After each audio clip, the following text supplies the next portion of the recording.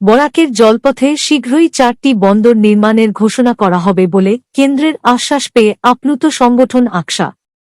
জলপথ, সড়কপথ ও রেলপথের দাবিতে দিল্লিতে পৌঁছে গত 7 ফেব্রুয়ারি আকসার প্রতিনিধি দল কেন্দ্রীয় সরকারের হাতে পৃথকভাবে স্মারকলিপি প্রদান করেছিলেন। এর পরিপ্রেক্ষিতে কেন্দ্র সরকারের বিভিন্ন মন্ত্রণালয় সাড়া দিয়ে বরাকের সমস্যা নিরসনে এগিয়ে আসায় আকসার তরফে সরকারকে ধন্যবাদ ও কৃতজ্ঞতা জ্ঞাপন করা হয়।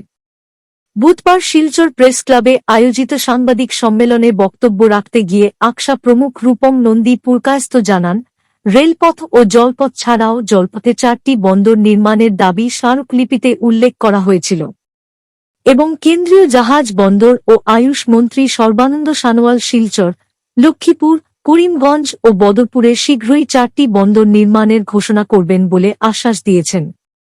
বিভাগীয় মন্ত্রীর এই আশ্বাস সঠিকভাবে বাস্তবায়ন হলে আগামীতে বরাক উপত্যকা যোগাযোগ সহ জলপথে বাণিজ্যের ক্ষেত্রে অনেকটা লাভান্বিত হবে বলে এদিন আশা প্রকাশ করেছেন রূপম বাবু। 4 ফেব্রুয়ারি শিলচর থেকে রওনা দিয়েছিলাম দিল্লির উদ্দেশ্যে বরাকের গণদাবি নিয়ে দিল্লির দরবারে।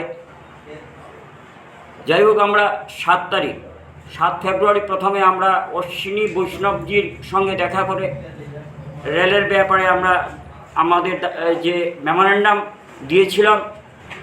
তারপরে 10 তারিখ Sarbananda Sonowal, union minister of ports, shipping এবং আয়ুষ বিভাগের যিনি মন্ত্রী, তাকে